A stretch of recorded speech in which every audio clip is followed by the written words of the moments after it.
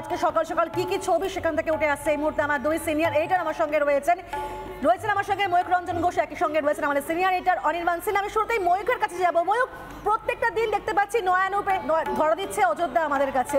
আজকে সকালে ঠিক তুমি যেখানে রয়েছো সেখানকার কি ছবি দেখতে পাচ্ছ?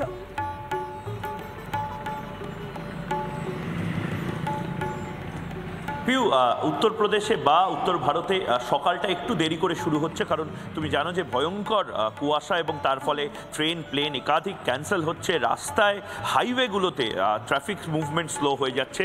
উত্তরপ্রদেশের অযোধ্যাতেও কিন্তু এই মুহূর্তে দিনটা শুরু হয়েছে অনেকটা দেরিতে এবং এখন কর্মব্যস্ততা সবে শুরু হচ্ছে। রাস্তায় আমি যেখানে দাঁড়িয়ে রয়েছি তুমি দেখতেই পাচ্ছ ধর্মপথ, যে ধর্মপথে আমি দাঁড়িয়ে রয়েছি এই পথ দিয়ে রামলালা রামলাল্লা তিনি যাবেন এবং প্রধানমন্ত্রী, দেশের প্রধানমন্ত্রী ঠিক এই পথ দিয়ে একেবারে সোজা সরজু নদী, আমি যেখানে দাঁড়িয়ে রয়েছি তার ডান দিকে সরজু নদী এবং বাঁ দিকে রয়েছে রেল যে লাইন, সেই রেল লাইন অর্থাৎ রাম মন্দির স্টেশনটা রয়েছে সেই দিকে। এবং তার পাশাপাশি এই যে রাস্তা, এই রাস্তাকে বলা হয় ধর্মপথ, যে রাস্তা দিয়ে এই মুহূর্তে যান চলাচল অনেকটাই নিয়ন্ত্রণ করে দেওয়া হয়েছে। পাস ছাড়া কাউকে ঢুকতে দেওয়া হচ্ছে না, এখান দিয়ে যাতায়াত করা হচ্ছে দিতে দেওয়া হচ্ছে না। এই রাস্তাতে আমি এই মুহূর্তে দাঁড়িয়ে রয়েছি, ঐতিহাসিক এই রাস্তা, কারণ এই রাস্তা দিয়েই ঐতিহাসিকভাবে বিভিন্ন আধিকারিক যারা রয়েছেন, যারা রাষ্ট্রনেতারা রয়েছেন সেই রাস্তা দিয়ে যাবেন। এই ধর্মপথ, যে ধর্মপথকে তৈরি করা হয়েছে জয় শ্রীরাম লেখা, প্রত্যেকটি দেখো মনে হচ্ছে যে আমরা ছোটবেলায় যেরকম রামায়ণ মহাভারত দেখেছি, কোনো রাজার দরবারে আসার যেন রাস্তা এই মুহূর্তে আমি দেখাবো। ক্যামেরা পার্সন রবিকে বলবো এই যে রাস্তার যে পিলারগুলো রয়েছে, এই প্রত্যেকটা পিলার মোট 108খানা পিলার রাখা হয়েছে। এবং সবচেয়ে উল্লেখযোগ্য বিষয় যেটা পিউ এই মুহূর্তে আমি দেখানোর চেষ্টা করব, এই মুহূর্তে এই যে রাস্তা ধর্মপথ, সেই ধর্মপথে বারবার এক শ্রেণীর মানুষ বলছেন এই ধর্মপথ, রাম মন্দির, এই সমস্ত কিছু তো যোগী আদিত্যনাথের, এই সমস্ত কিছু তো আরএসএস বিজেপির, এই সমস্ত কিছু তো উত্তরপ্রদেশের।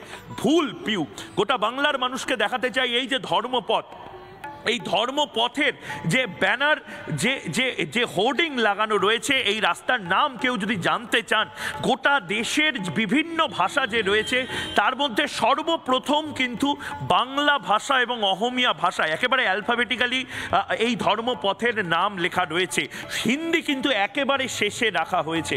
সুতরাং একটা খুশির আবহাওয়া, উৎসবের মেজাজ এই মুহূর্তে অযোধ্যা জুড়ে এবং তার পাশাপাশি গোটা দেশ জুড়ে সনাতন উৎসব পালন হচ্ছে যেন গোটা দেশ জুড়ে। এবং ঠিক এই জায়গাতেই আরেকটা ব্রেকিং নিউজ আমাদের কাছে এই মুহূর্তে আসছে। আজ আরেকটা অত্যন্ত শুভ দিন, একটা খুব বড় দিন।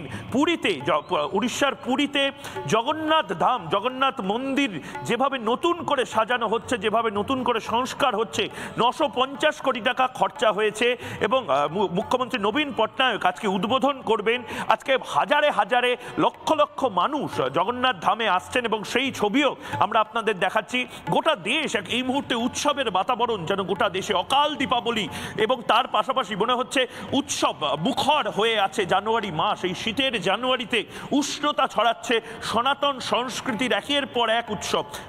অযোধ্যাতে এই মুহূর্তে রাম মন্দির উদ্বোধন, পুরী জগন্নাথ ধামে উদ্বোধন, নতুনভাবে যে করিডোর সেই করিডোরের উদ্বোধন এবং তার পাশাপাশি দেশের প্রধানমন্ত্রী নরেন্দ্র মোদী তিনি অযোধ্যাতে আসবেন 22 তারিখ। কিন্তু তার আগে গোটা দেশ জুড়ে যে বিভিন্ন মন্দির রয়েছে সেই মন্দিরগুলোতে পরিচ্ছন্নতা অভিযানে তিনি অংশ নিচ্ছেন। আজকে তিনি দক্ষিণ ভারতে গেছেন, এই মুহূর্তে কেরালাতে তিনি রয়েছেন। বাম রাজ্য কেরালাতে গুরুবায়ুর যে মন্দির রয়েছে, গুরুবায়ুর মন্দির অত্যন্ত পবিত্র একটি তীর্থস্থান এবং সেখানেও প্রধানমন্ত্রী নরেন্দ্র মোদী গেছেন। সুতরাং বুঝতেই পারছো ধর্ম এবং তার পাশাপাশি কর্ম দুইয়ের মিশেল যেন এই জানুয়ারি মাস জুড়ে।